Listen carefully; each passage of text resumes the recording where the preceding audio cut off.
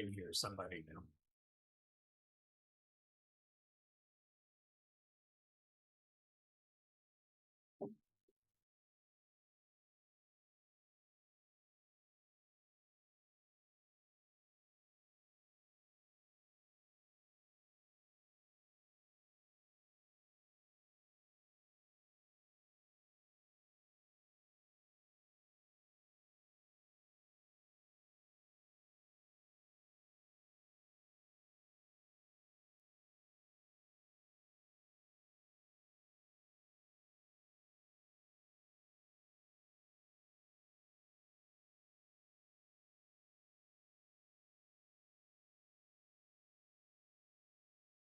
A little better.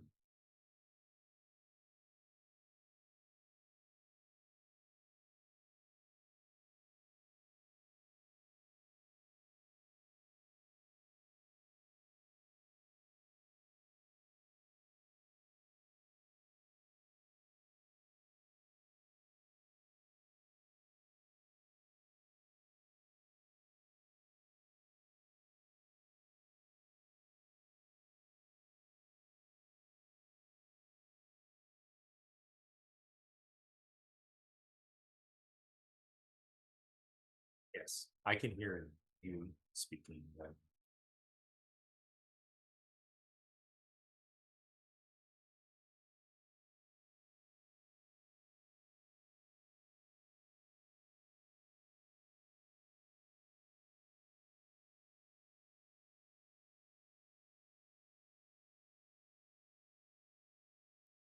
Yes.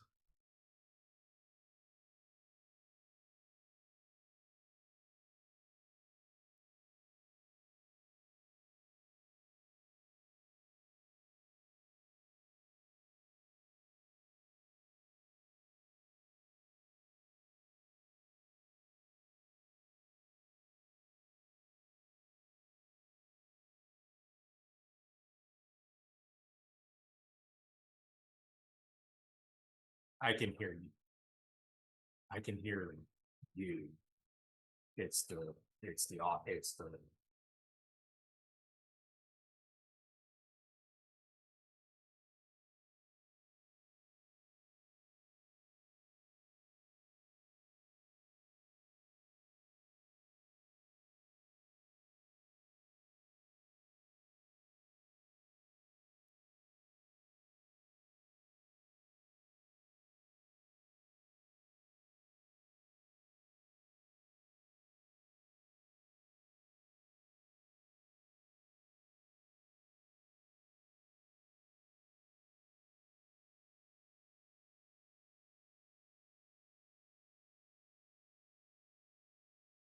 I can hear that you're speaking, but I can't really understand what you're saying. I'm sorry.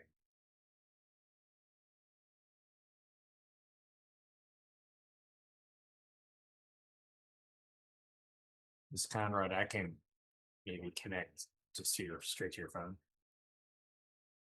Okay.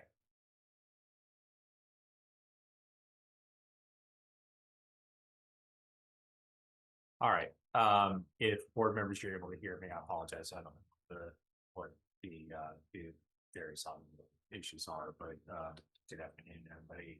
Happy New Year to you guys. I haven't had a chance to speak with yet. A couple of things to discuss in terms of update from Wisconsin's problem. I'm going to go ahead and do that. There has been a bill filed in the Senate, Senate Bill 1704, which I think is going to be very important to the board. This is a bill that I spoke with Mr. Smith about, and a little bit with Ms. Conrad in regard to the fact that it's going to be proposing to make conversion charter schools eligible for capital outlay. As you for your conversion charter schools that you have that you oversee, they do not receive capital outlay from the state. And these are state monies, they're not local monies. So these are state monies. Conversion charter schools, when they were initially created, and almost all of them came into existence 20-ish or more years ago. you were given facilities that were 20 years younger that the district had an obligation to keep in the same condition that they keep for other schools. Fast forward 20 years later, I know you've heard, for board members who've been on the sport for a while, I've heard a lot about the conditions and facility maintenance needs of our different schools and other things like that. In addition, there is a confluence of capital outlay funding, which is coming, which is going to get pushed over towards the local effort. And I think eventually Tallahassee's fund going to sunset um, from this. And with that coming, with this fiscal cliff in essence coming towards conversion charter schools, you would get cut out of basically any ability to ever receive any funding on local or state level. So of the 22 charter schools, conversion charter schools that there are in the state, we have kind of banded together and we pushed for this legislation. There should be virtually no opposition at the local level for any of this. None of the school districts should object because this is all state money. On the state level, it's been supported by DOE, it's been supported by other entities. And so now it has made it to a bill that's in Tallahassee. So we have a meeting coming up later this week where we're going to give some direction on how to contact your local legislators, Senate and House, to do this. Yeah, you know, Mr. Smith can give you an idea of how much money we're talking about as a system, but it's a lot. And this would be something that would be very helpful to you, but would make virtually no impact on the rest of the charters in the rest of the state, because there's only 22 of these. There's only 22 schools, and it's against the basis of over 700 schools. So this has been something that Ms. Conrad, Mr. Smith, and I have had meetings with local legislator about this issue. We have communicated this issue and other things like that. So I think this is going to be something that could be very impactful to your 5 schools, your 5 conversion charter schools. And so as this comes out, we're going to ask, that each of the trustees get behind and support it, obviously, but then also to get your parents involved as well. So that's going to be something that we're working on this week. There are a few other things that are in that bill as well, which our firm is involved with. I don't know that any of the rest of it impacts you, but just in terms of supporting your individual thing, we just ask for general support for the bill itself, because as council in charge of the state, we work collaboratively together and try to help each other with the different issues that we have. And so I'm encouraging all my other schools to support the bill in general, which is going to be supporting you in your effort. So those are things that I think would be helpful to that. I think also on the agenda today is the issue regarding your open enrollment policy. So Ms. Conrad and I worked through that, and we talked through this issue. There was a question. So basically, we're aligning it to the 7 different charters, and so we had to kind of walk through the landmine of the different things that are in there, as well as 2 different statutes, which would be the charter statute as well as the open enrollment statute. So it's sections 1002.3.1 and sections 3.3. So 2 different sections of the Florida statutes that kind of work those things together. You have some very unique things in your charters because you have these legacy situations where you have enrollment boundaries and enrollment zones that came with the schools when they came over. And so the purpose of trying to put this policy together is to have a policy that ensures consistency across the system, compliance with state law, and things like that. So that's what you have. That's been presented to you. There would be, each individual situation that may come up would be interpreted by the principals to where it may fall within the policy, but we have to have a policy that's consistent across all of the different things. So we do end up with some unique situations where kids maybe fall in multiple buckets, and there are some room for interpretation in it, but we have to, be something that's very consistent across the system. So you have a unique set of circumstances, and we have to walk through all of it. And so you have a policy that is congruent across all the different schools. I think we were able to put something together that didn't conflict with each other. So to that extent, if you guys have any questions, I'm able to hear them. I'll be happy to take them and answer any questions you may have about anything we spoke about.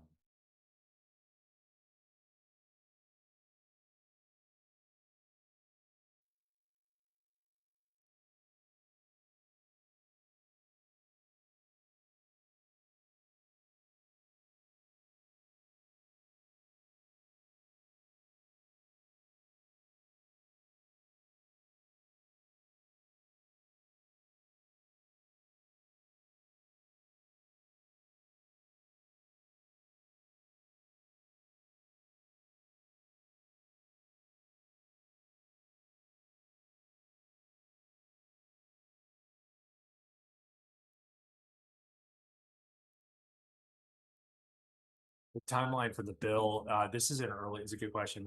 It's an early session this year. So the legislature's only in session for 60 days, and I believe it's already started.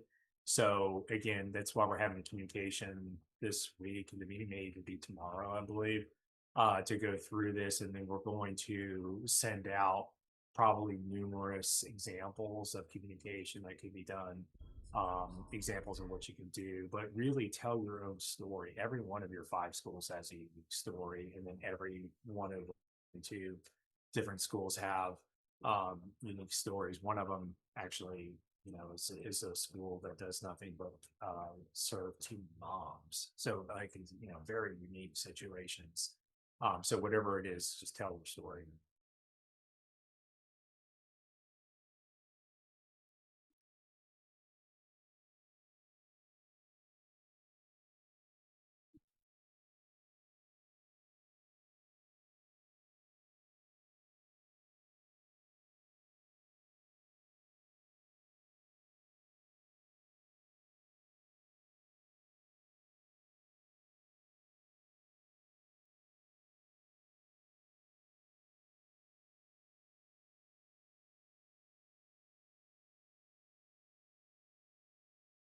It's going to be in addition to the funding that you get. Well, the funding comes through the county to you. The origin of the funding is not coming from Polk County. Polk County has a very complex way in which it does its local effort, and it cut off almost every charter school from receiving any of it based on their debt service. So it's going to be money that comes from the state. So typically, just going to use round numbers, is about $140 million that's dedicated to the state to go to charter schools. And the charter schools that are eligible for capital outlays, not every one of them is eligible for it. All of those students are put into the pot, and then that money is divided by however many total students there are.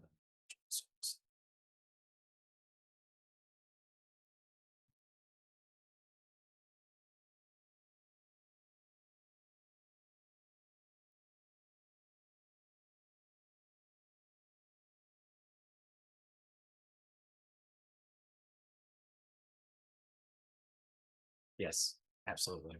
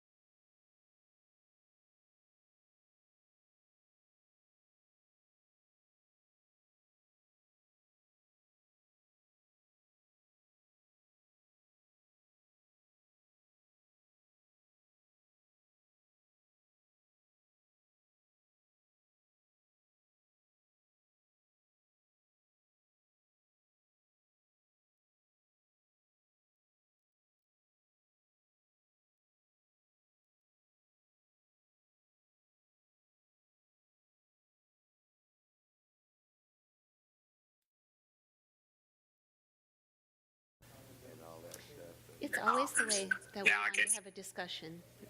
We have the. Now I can hear you. You can hear now? Okay. I can hear you now.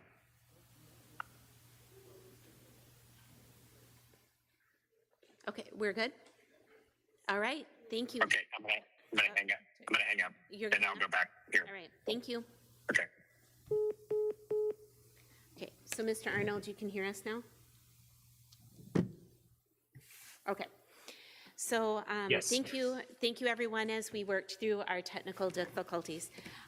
During that pause, Trustee McKeon, what we were talking about is that in each of our charters say preference of taking children in the Greater Lake Wales area.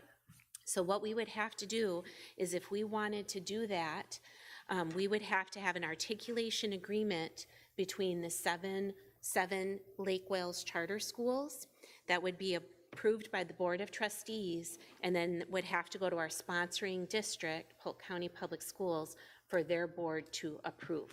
So it'd be an articulation agreement that would be on top of our charter school contracts, is how we would have to do that to guarantee that progression through.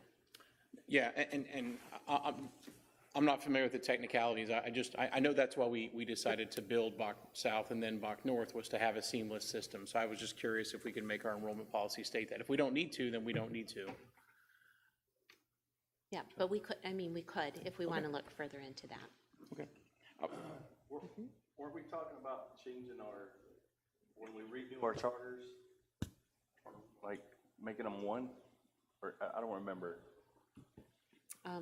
That we were discussing having, instead of 7 single charters, that we were going to have one Yeah. system. Did I make that up? I don't know. I haven't heard that one. Yeah, I must have made it up. Probably, no, probably a year ago, we did talk about that. Okay. When they all came around on renewals. Yeah. But obviously, it'd be up to the board to kind of look into it, and Sean can tell us the pros and the cons of doing I think 7 schools at one charter, 5 conversion, 2. That's going to be a heavy lift. I think that they're going to want to have each one of them to be separate. You can consolidate charters, and we can talk. I mean, we can think about that. This might be one where you'd be consolidating 2 things. You are a system of charters. Yeah, basically under one board. So I don't know what the advantage of having it all in one charter contract, maybe some administrative things and stuff like that. But Mr. Smith could of course talk about whether keeping all those different books is a good idea anyway, but One other question I had, I like option 2 in general. I like the linearity of it and who the preference list. With our open enrollment ending at the beginning of February, this is for school year that doesn't start till August, there's 6 months there. A lot of things happen in 6 months, people move. Do we follow this same preference list? So let's say after the original applications come in, and the original acceptance letters are sent out, I think most students have about 10 days to either accept or decline that offer. That's in April. Once again, we've got another 4 months. So if people decline their offer on the second round of acceptance letters, do we stick with the same order? Because my question was, at that point, do we consider people that are out of zone that applied on time first, or do we people that have recently moved into zone but maybe applied after? So the way that we would take a look at this is that you would have, if you were looking at option 2, you would go 4, 3, 2, 1. We would do all the preferences and then out of zone on time.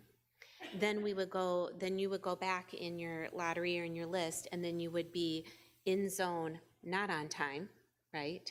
And then go through, do you know what I'm saying, go through your preferences and out of zone would be the way that I would understand that. So if they applied and it was not on time, they would be down further on the list.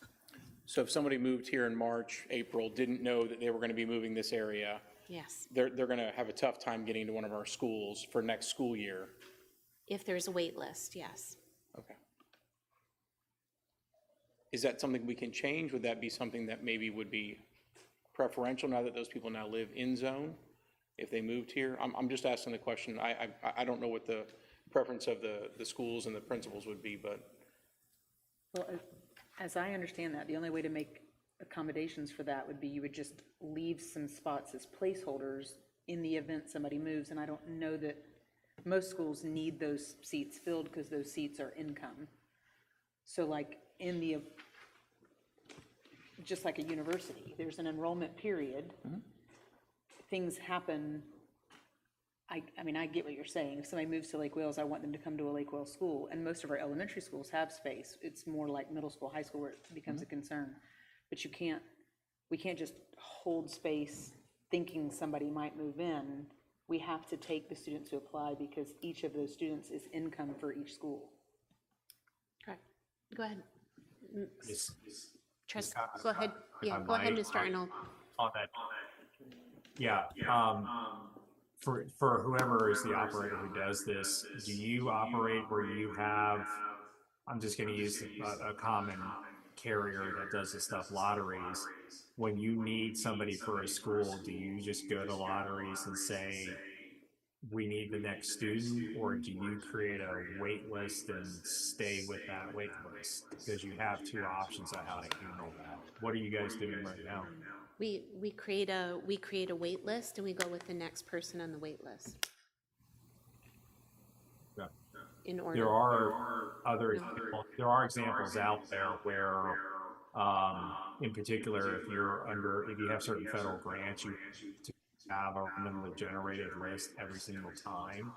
That would handle the question that you're being asked, because if, let's say, April 1st, you ask for a student, somebody moves in April 3rd, or April 15th, you have another opening coming. At that point, you go to your lottery provider and say, I need another student. That person who moved into the area will go to the top of the list because of their preference. And so they would come in ahead of somebody else. This is a choice for you to decide how you want to do this. If that happens, then your wait list is going to jump around, and you're going to have a little bit of a customer service issues. You're talking to people on the wait list because things can change. But a lot of schools have to do that based on the fact of where they're at. And also some school districts actually interpret it that that's the way that you're supposed to do it. So there's a lot of dialects and interpretations of how this happens, but it is something that the board can consider, that if that's what you wanted to do. If somebody moves into Lake Wales, I have areas where I have schools that have preferences. If you live in a certain neighborhood, like the school was developed and built into the neighborhood, and there's a certain amount of seats that are held for people who live within the neighborhood. And so it's kind of an analogy that you have here. So if you wanted to, you could set it up to where you would go to your lottery service every time that you have an opening and say, give me the next eligible person, or the next person who's at the top of the list. So that's just something to consider. Yeah, Mr. Sran, you had. So what we do currently is all the applicants for on-time and late individually, they're assigned a random number. And then each time we have an opening, we run a new lottery, and whoever comes up in that lottery is who gets admission. So it's not an order of application, and it's not a predetermined order of admission. Whether you applied on the first day or the last day of the open enrollment, you have an equal opportunity of getting admitted. Correct. So just for clarification, so that the waiting list is technically a lottery, yes? So in a year that we have fewer applications than seats available, we wouldn't have a wait list. Right. And everyone would get in. But historically for Lake Wales High School, we at least have a couple of hundred more applications than seats available, even for on time. So in that case, we first look at, can we accept at least all Lake Wales? On time, 9th grade, and then we go from there. That's fine. I've heard people say lottery and I've heard people say wait list, and those two things seem almost counterintuitive to each other. If it's a lottery, you don't really know if you're next on the list. That's what I was asking for clarification on. So the wait list is everyone who does not currently have admission, and the lottery is the process used to select the next student who gets admission when there's a seat available. That's for you. So I have a couple of follow-up questions. I thought TJ brought up some good points I hadn't thought about. So going back to the seamless transition from elementary to middle to high school, in the high school situation with having so many applicants, is it feasible that there are kids that from Bach South or Bach North that applied that would not get into the high school under the current guidelines that we have? It happens every year. Okay, which is what TJ's trying to bring up. So So we don't have a 100% seamless transition for some of our current kids that apply on time in zone. yeah, as someone who's been here since 2005 and a part of opening Box South, I think one of the premises was to create a seamless system.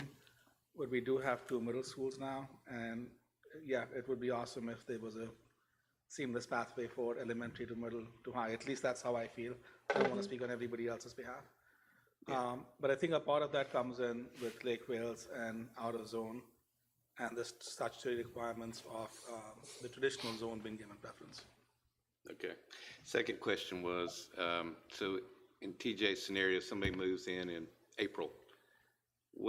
And they're trying to apply for this coming school year. We've already passed open enrollment. Is there a enrollment period they can apply, or are they just out until the following year? What's the protocol on that? They can apply, but in practical terms, we typically take all of first semester to even go through the on-time applicants. So even today, I believe we still have on-time 9th grade applicants out of zone who do not have a spot. So the ones who applied late, we can get to that list till we've gone through the on-time applicants for that grade level at least. So they can apply, yes, but they may remain on the wait list for the entire year. All right, thank you. Quick question. So, just to make sure I'm understanding, so are we capturing most of the end zone on time, middle school to the high school? In zone, on time, yes. Okay. So in zone, on time applications, yes. But we still have students from Box South and Box North who do not apply on time. And so if they are not in zone, they have a very low probability of getting in. If they are in zone, then once we are through with the on-time applications, regardless of where they live, an on-time application still has priority over an in-zone late application.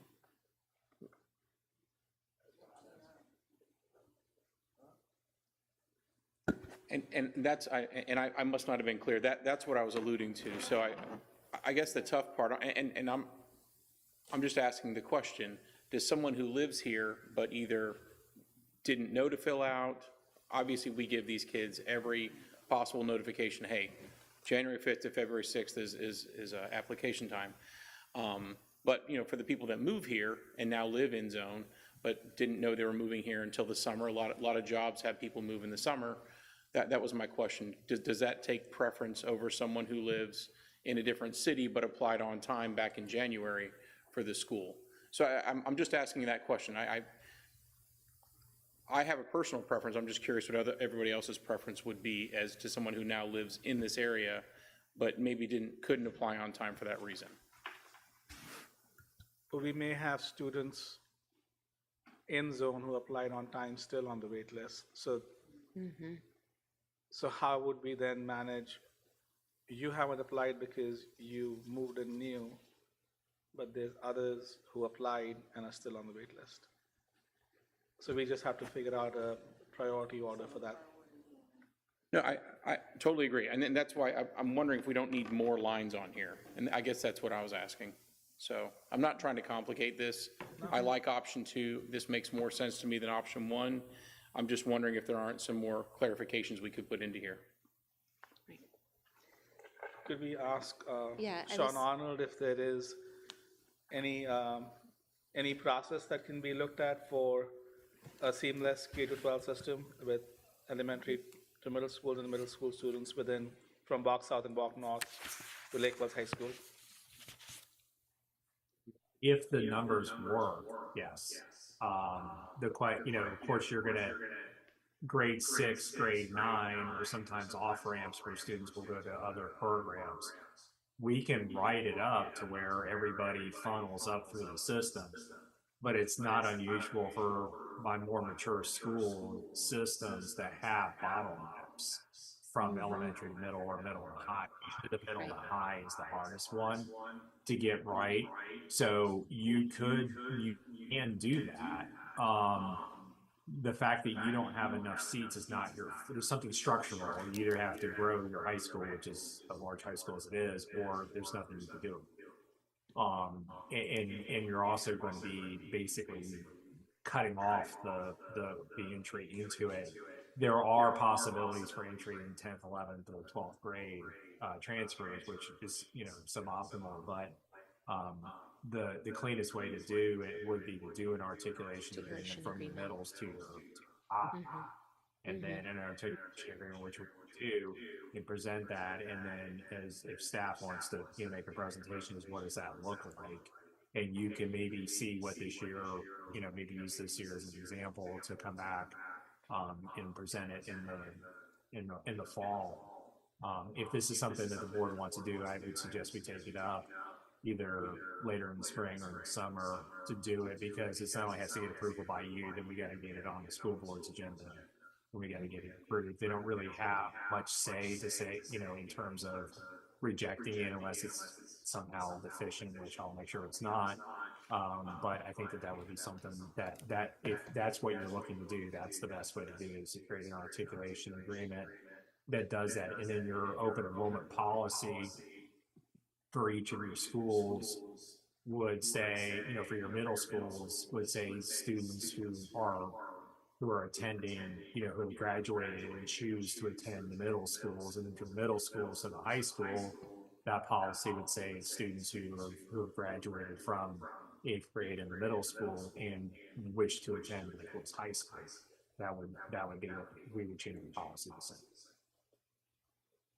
Just a separate articulation agreement between Box South, Box North, and Lake Wells High School. And Correct. similar for elementary to middle. Correct.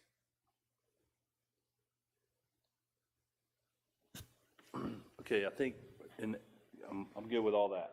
I think for me, what I haven't heard is, do we do things different at the high school than we do at Bach North, than we do at Janie Howard? I mean, So what we're doing right now is ensuring that all 7 charter schools are doing this the same way. right, okay. And- And the lottery sounds like that's been different, but it's gonna be the same now. Correct. Got it. Okay, then, let's go. Any other questions or discussions on enrollment policy? Going once, going twice. All right, thank you. All right, we will have that will be on our official board meeting coming up here in a little bit. So the next thing is budget planning process. So Al Ricky, Mr. Smith, and I would like to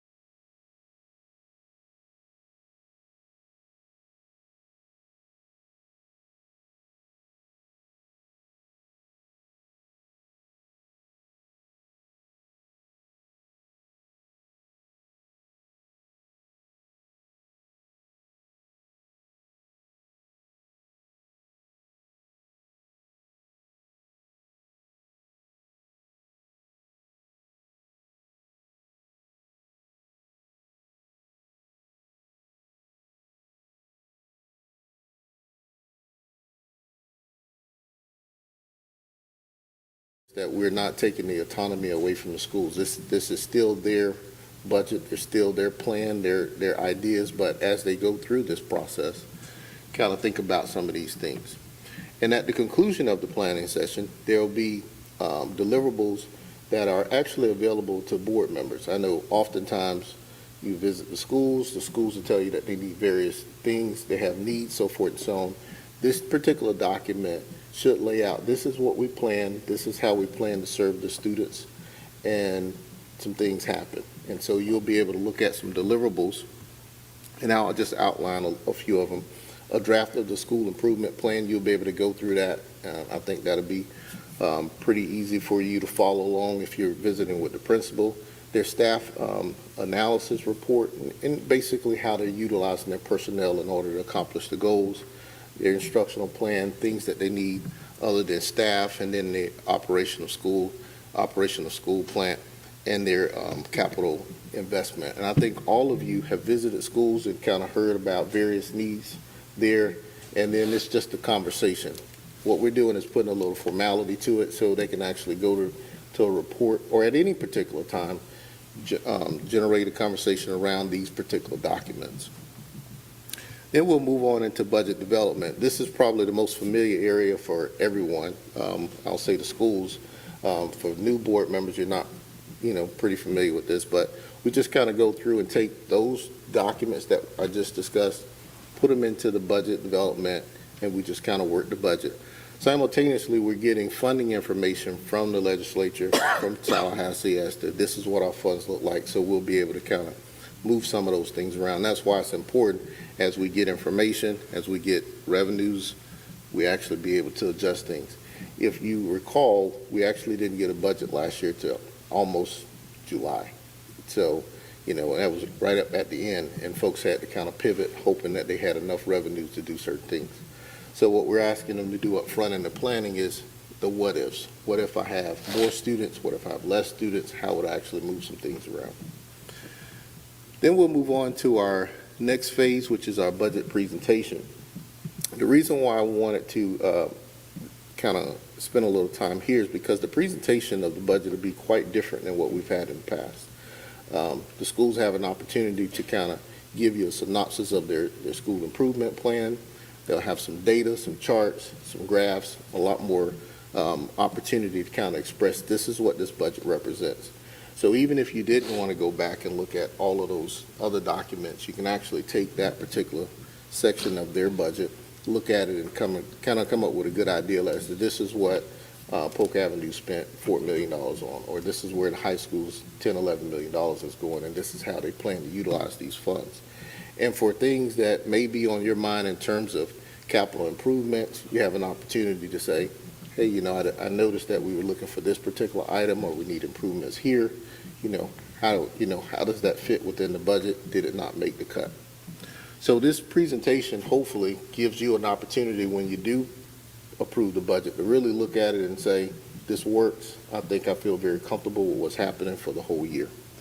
And if I can add in there, Yes, Mr. Smith, one of the things that often comes up is not being transparent, or not communicating about numbers, or communicating about the budget. When you're presenting this way and you're really telling the story that's behind the numbers, because in just a little bit, we're going to go through the financials for November and December, or you're going to see that in the board packet, and you can see everything's transparent. You can see all the numbers laid out in a spreadsheet. But what you don't have behind it is the story of why we're using resources this way. How is it supporting students? How is it supporting our staff? How is it getting at the mission, the vision, the objectives of that particular charter school?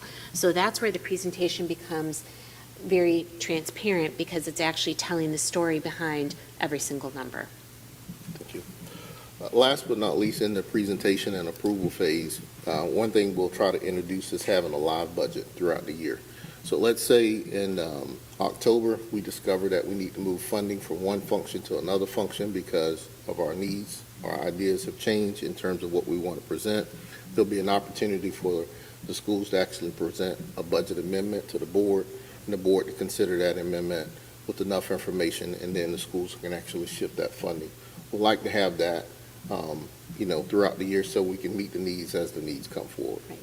And that's been a request, is that we be more agile and more proactive when it comes to being able to move numbers around and get approval of things. And last but not least, we have the implementation phase, and this is actually just from the start of school to the end of school. And the important thing I want to highlight here is during our survey period. That's when we determine, the amount of revenues that we have, the amount of students that we have to serve, the type of students that we have to serve. Once we get all of those figures in and numbers, then that's when you'll see a lot of the amendments take place. Hey, I have this many students that might be ESE, or I thought I was going to have this many students, I might need to move some personnel around, or I may need some other services. And so with that'll allow opportunity for us to actually make those amendments throughout the year. That was kind of quick, but we just kind of want to go through it briefly. Do you have any questions for this new process that we're considering or that we're implementing? I'm sorry.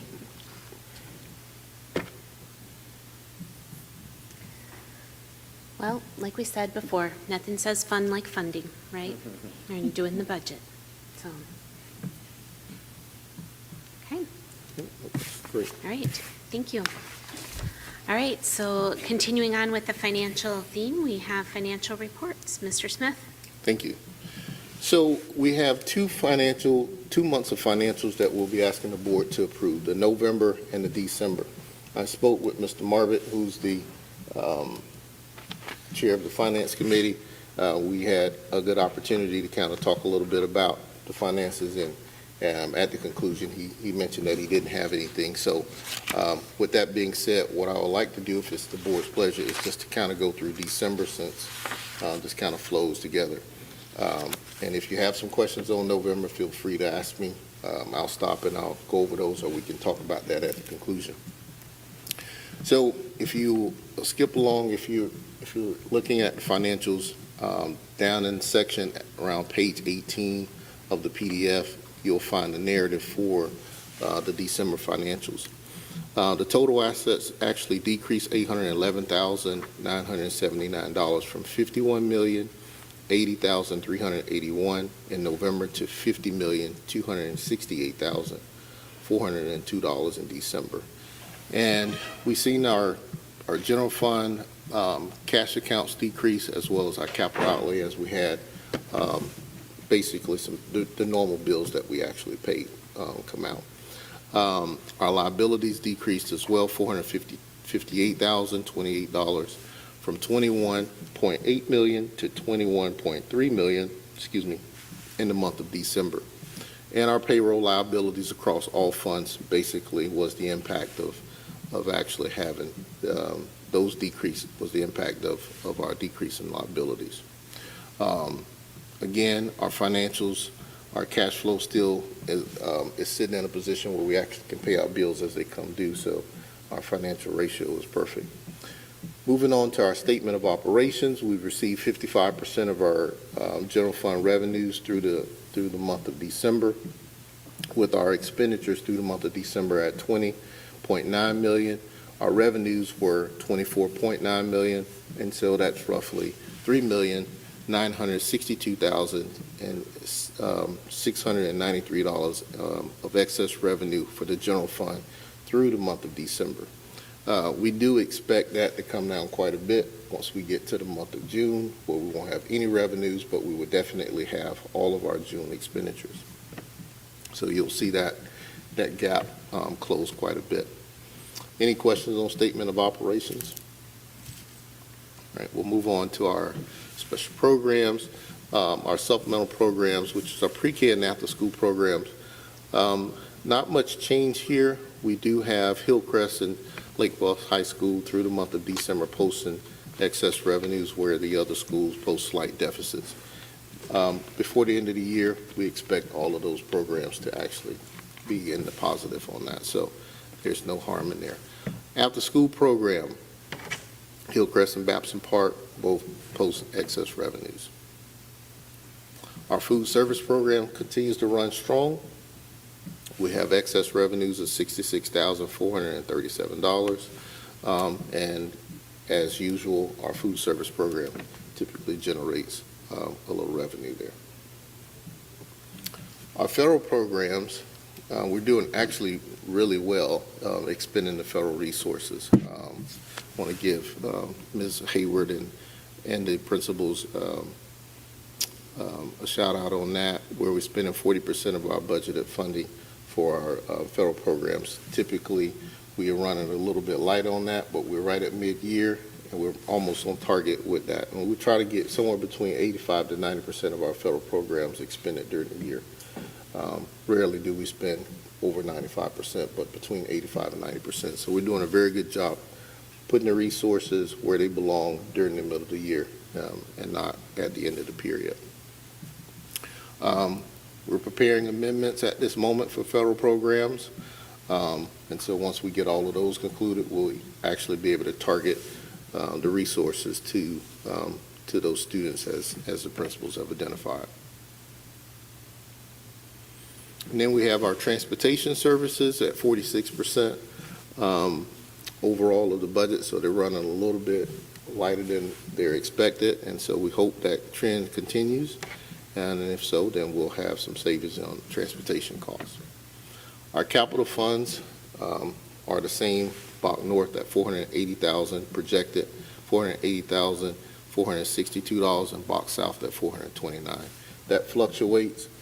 What Sean was mentioning earlier about the capital outlay for the conversions, that bill passes and it's successful, then the other 5 schools will actually be in this particular session.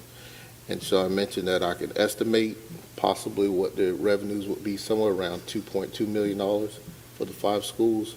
So that'll be very helpful. 2.2 total for, yes, sir, for all of the schools. Now, it's a very interesting formula because, you know, we have 5 more schools or 20 more schools actually go into the other 500. And then we have to see which schools drop out, because there are schools that drop out annually, which schools actually come online. So the number will fluctuate. But at the end of the year, we'll kind of know when the legislature passed what the new budget is. We'll know what the budget number is. We won't know what the student population is until something like October.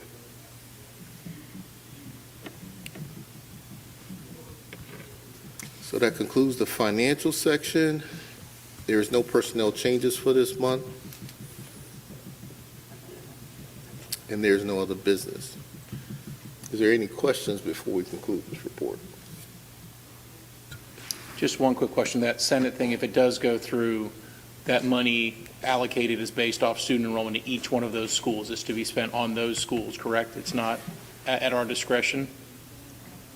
Well, I'm going to leave that for Sean, because he may know more how the bill might be written for those conversions. You're going to fall in the same place as the other capital. So basically, outreach is going to look very much like the other 2 schools. You're going to have a budget for that school, and you're going to have to show how that money's being used on that particular. So it's going to be used for those 5 schools the way it was done. There's it's somewhere between 12 categories. The easiest ones are utility, there's transportation, there's other things like that. So it can in situations where there's 5 schools, those monies will probably go into would take operational dollars back into that category where you're going to have a lot more discretion on what to do. You're going to find it's going to be very easy to define what to do with those monies. And then of course for special projects that are capital based or things like that, you're going to have a lot of work that needs to be done on those schools. But it probably could very easily take that money, put it into your budget, and free up dollars that are spent out of operations. That's one of the things that's very frustrating about not being able to for capital outlays, and as you're taking money out of classroom to pay for bills when there are funds available to all other schools, except for, all other eligible schools for capital outlay, but you're having to take money out of the classroom to pay for things that teachers not funded source for there where school districts, other charters have that fund available to them. Sean, I have a question about the responsibility of the sponsor at that point, because that would dictate how we plan to budget those funds. And so, sponsor's still responsible for the maintenance of the. You maintenance. Oh, yeah, no, none of those, this doesn't change at all the statutory responsibilities that they have.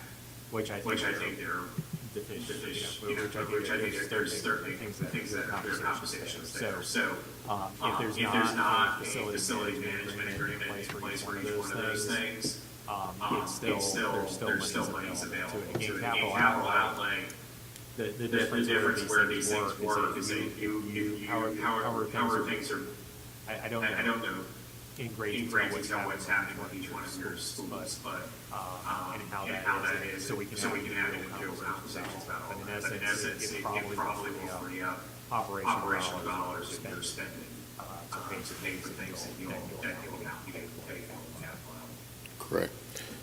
TJ, to help, I can give you a list of the things that we would consider the schools utilizing this funding on that would Correct.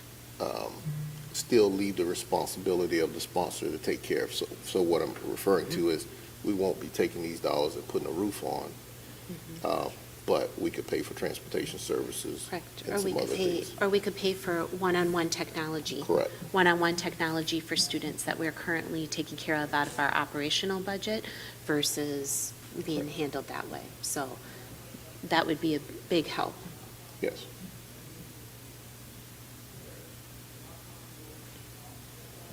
Any other? Statutorily, the school districts don't have responsibility. I'm sorry, but it's still have the same responsibility to maintain schools in the same terms as they maintain programs. It doesn't change, the status of the statute doesn't change. Thank you. Right. And then we'll move on to the next item, which is the superintendent's report. In each of your folders, I will also send this out to everybody via email, but in your folders is the superintendent's report. Since our last board meeting, I've been present, visible, and of service in our schools. There's a lot of things on this list because it's been 2 months. It's been December and part of January. But to hit a few highlights, Trustee Winfrey, you'll probably talk about our teacher advisory committee. Then we have been doing a lot of training, consistency, clarifying when it comes to policies that have been put into place. And so we had a major training for deans, assistant principals, and other support staff on January 5th, 2026. On the same piece of like maintenance, capital outlay, Mr. Smith and I had a meeting with the Director of Maintenance Services and Senior Director of Operations for Polk County Schools, making sure that we have current status on our 5 conversion schools and continue to build lines of communication with Polk County. And some of the deliverables actually we got last week that we had requested at that meeting. I've been doing a lot of interaction with our FFA, and from anywhere from the chili cook-off to judging prepared speeches, and also meeting with our FFA presidents, our chapter presidents, about how can we maintain our excellent system and programming throughout Lake Wales Charter System. A shout out for our TIPS training for our new educators. I was present at both of those, and that happened on November 21st and January 16th. I've been at several staff meetings, SAC meetings, charter principal meetings for Polk County School. One of the best conferences that I went to in December was our ECTAC Florida conference, where we got some really good information pulling things forward. Many different holiday programs, including the bilingual Christmas program, holiday luncheons, our professional development meetings, leadership meetings, supporting our schools. I was privileged to be able to be at the IB pinning ceremony right before break. We are working on a partnership with Lake Wales History Museum and seeing how can we do programming and bring partnerships that way. We had our second town hall meeting just last week, which was, it was great to see people, but we would like to see more out at our town hall meetings. Lake Wales Chamber of Commerce and EDC meetings, and then our salary and compensation meetings, as well as problem solving, supporting our schools, and visiting. So once again, a focus on engagement, collecting of feedback, and getting ready for, in May, producing a system strategic plan to the Board of Trustees in May. And that would be my superintendent's report.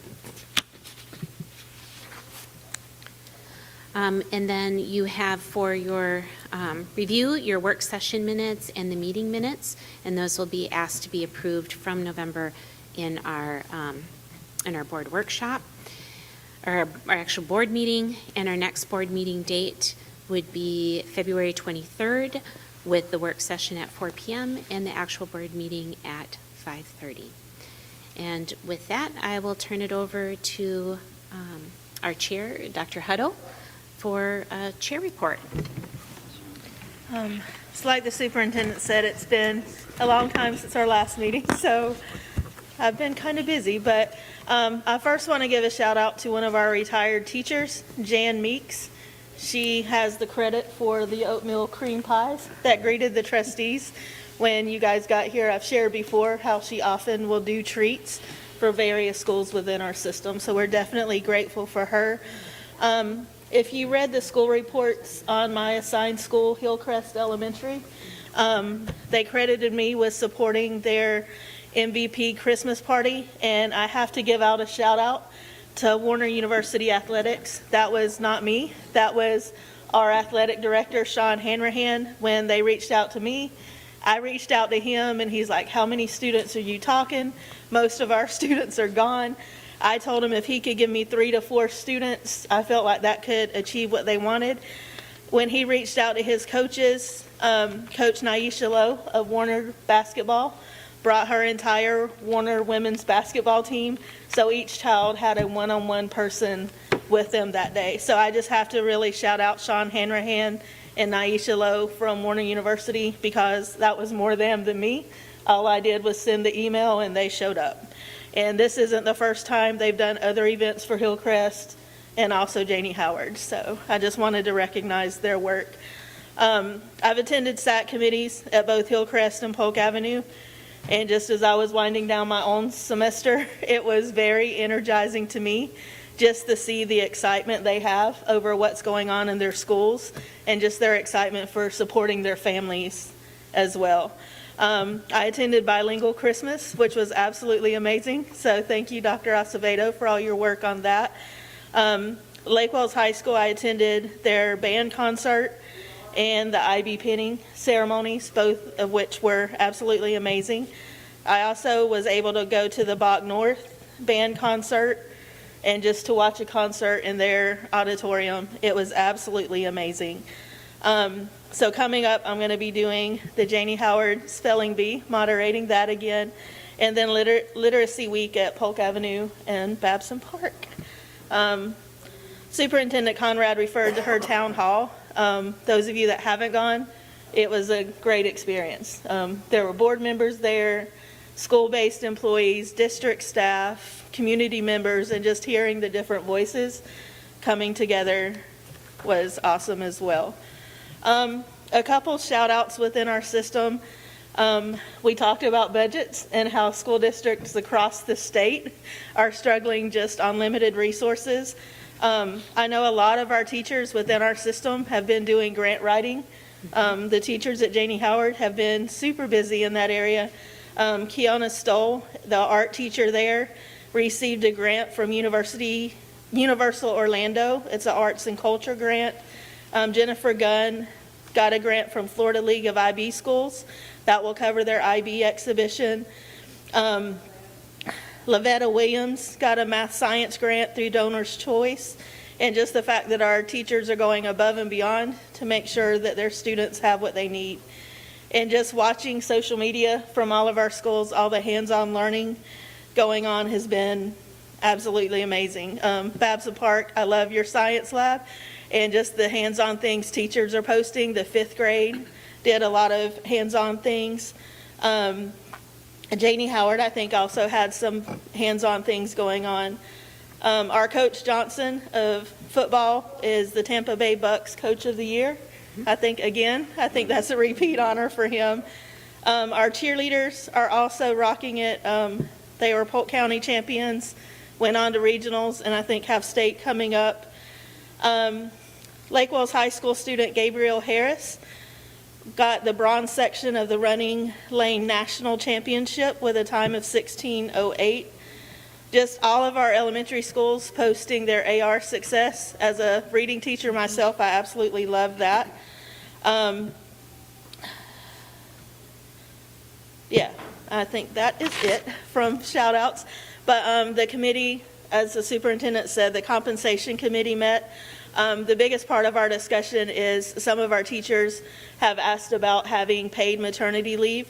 And so we just reviewed the cost and different options. LaQuanda reached out and got more information that I'm sure she'll share with the other trustees if you'd like to see that. But we're going to continue the conversation. To provide it would be very expensive, but there are some options. And Ricky, correct me if I say this incorrectly, but we currently cover long-term disability, which a lot of our employees aren't using. And so we're looking at the cost of covering short-term disability instead, which, other than the first 2 weeks of a maternity leave, would help alleviate some of that. So it is something we're continuing to explore. A reference was made to our host district does it. They've been exploring it for a couple years and haven't reached the point of approving it either. So for our teachers, just know that is something that we're continuing to explore to see what options we have to better serve our employees. Ms. Winfrey, we'll start with you. So we did have our Teacher Advisory Council meeting January 14th, and it just dawned on me, I summarized those meetings and send it to each campus, so all 7 schools get it, and I should have had asked Marie to send it to the board, so I will do that, so that you also see. So we always kind of start with what we call hot topics, and so teachers can bring in questions that have come up at each of their schools, so it covers a wide variety of things. So we've talked about the enrollment process and technology and even the cleaning company and some concerns like that, and transportation policy, graduation expenses. So some of us who are at elementary schools get to hear questions and concerns at the high school level, and middle school gets to see what's happening in elementary, and so it's really kind of great. We talked a lot about calendar, how we want to maybe look at calendaring our school year moving forward. We follow Polk County School Board most of the time, all the time. But it just does give, in our community, one of the things that's happened over the last several years is a little bit of information will get out, and that little thread will then kind of weave its own narrative. And so this has really provided an opportunity for teachers to be like, I heard we're hiring a new so-and-so at the charter office, and we get to find out that's not a new position, it's an old position. And so you're just able to kind of nip some things. And so, again, being transparent, but it does give teachers a chance to at least ask some questions so that they don't feel like they're uninformed. I will say this, principals, each of the teachers from each campus are excellent representations. They are very kind, very passionate about their school. The behavior in the room is very respectful.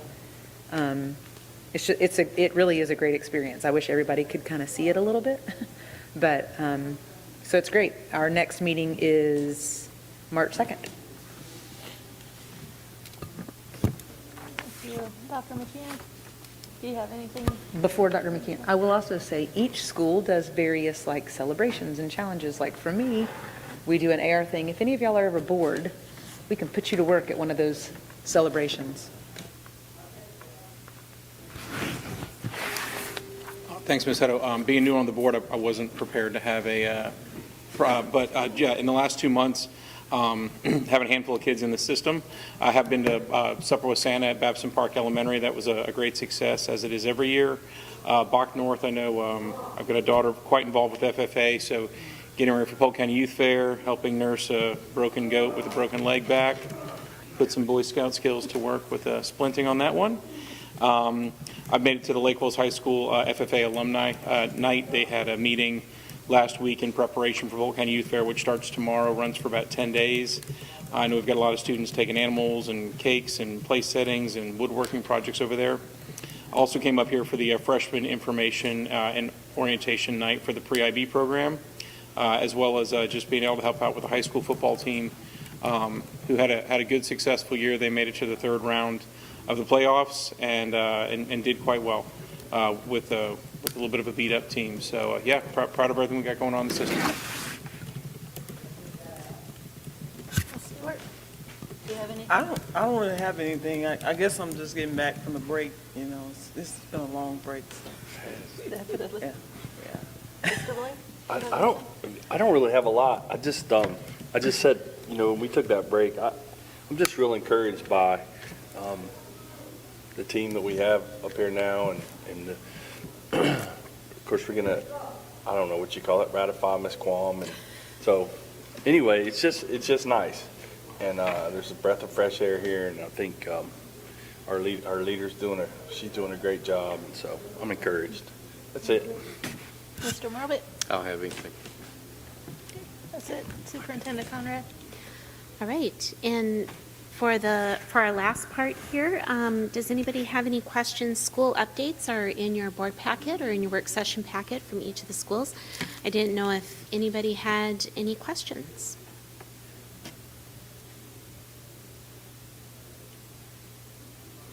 All right, well, we must have done fantastic school updates. All right. And then I do want to say, Dr. Hutto, thanks for being a cheerleader for our schools. You seem to always have your finger right on the pulse of all the fantastic things that are going on in Lake Wells Charter System. So thank you for being that cheerleader. Other business for the good of the cause. All right, then I will move to adjourn the work session for tonight, and we will pick up with our board meeting at 5:30 p.m. We are adjourned.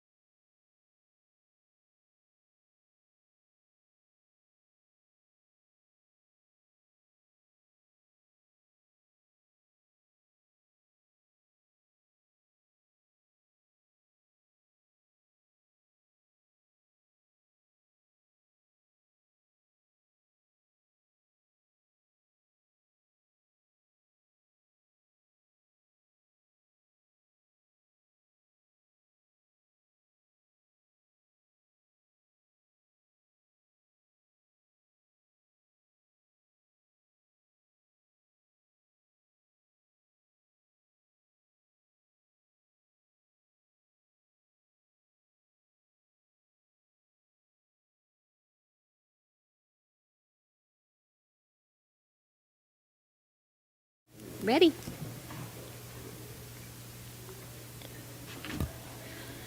Okay, it's 5:30, so we'll call the Board of Trustees meeting to order.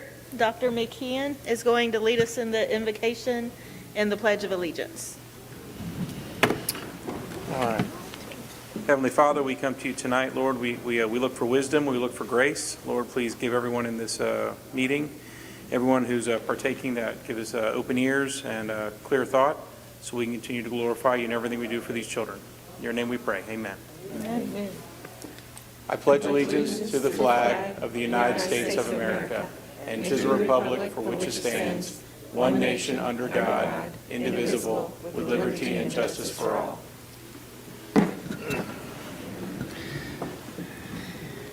Okay, and next on our agenda is the swearing in of new trustee Gail Quam. So if you'll come to the mic, please. Hold up, we got a roll call. That's okay, you can do it. Okay, raise your right hand and repeat after me.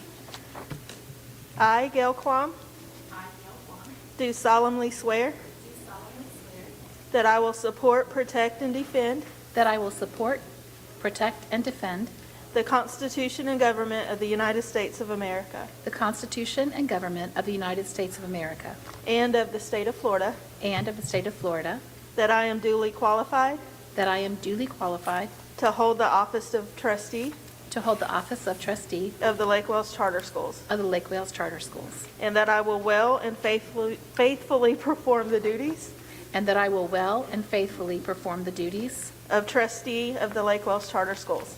of trustee of the Lake Wales Charter Schools. Congratulations and welcome aboard. Thank you. Ms. Palm.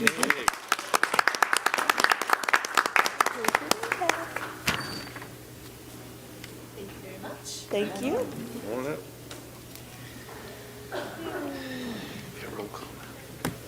Okay. Marie, can you do the roll call for us, please? Give me a second.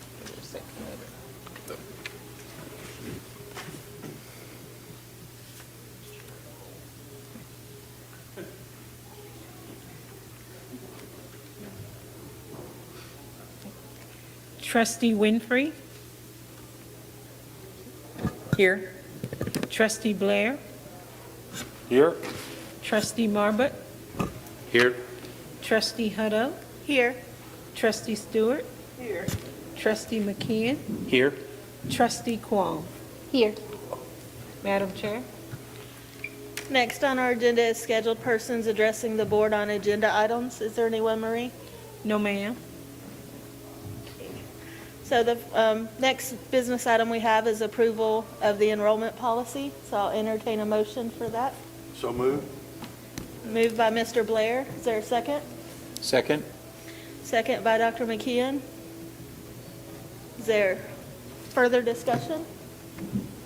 Just for clarification, we made a motion and a second for option 2. Is that correct?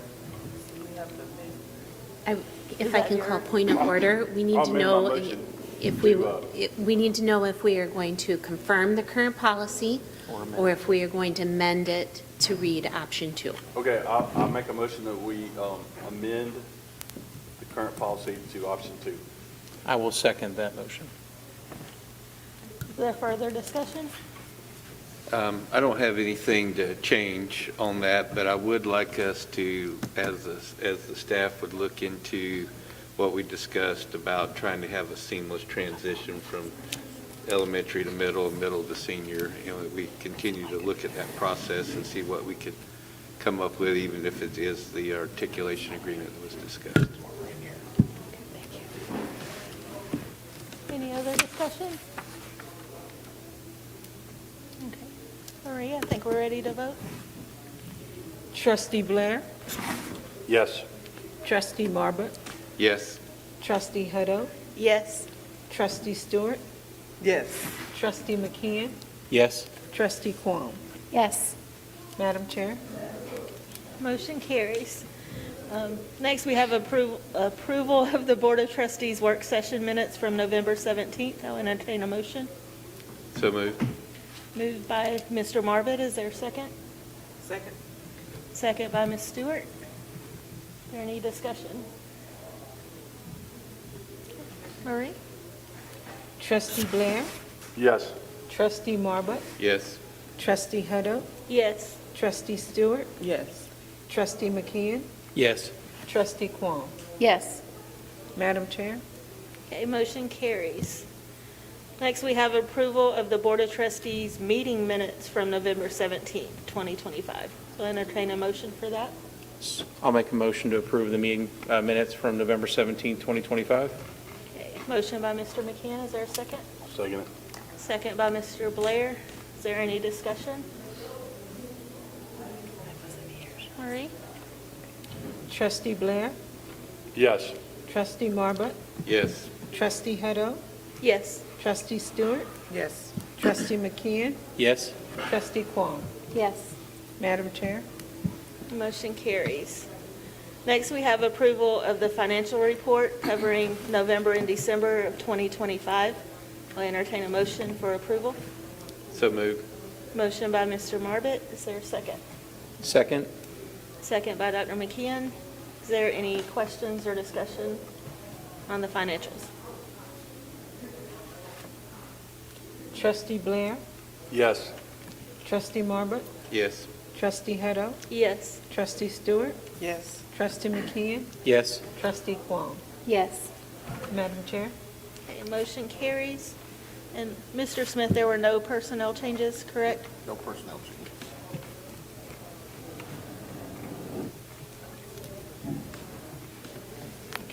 So superintendent's report, you have anything to add?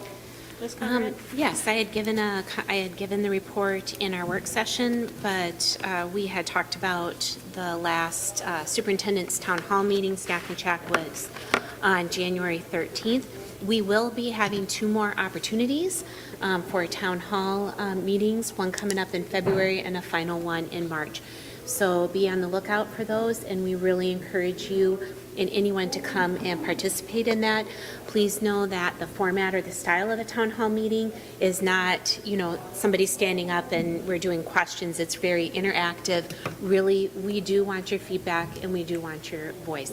So be on the lookout for those dates and times for the final 2 town hall meetings. Thank you. So our next meeting date is Monday, February 23rd at 5:30 PM at the Lake Wells High School auditorium. Marie, is there any scheduled persons addressing the board on non-agenda items? No, ma'am. I don't have anything to add to my chairman's report. Do any of the trustees have anything to add? And I just want to again welcome you to the board, Ms. Klum. Thank you. I'm very excited to serve with you all. I second that welcome. Thank you. Okay, is there any other business for the good of the cause? Okay, meeting is adjourned. Or do I need a motion to Yeah. adjourn? Okay. I'll make a motion to adjourn. Second. Yes. All in favor of adjourning? Yes. Or do you need a roll call for that, Marie? No. Okay, so we are adjourned. Have a great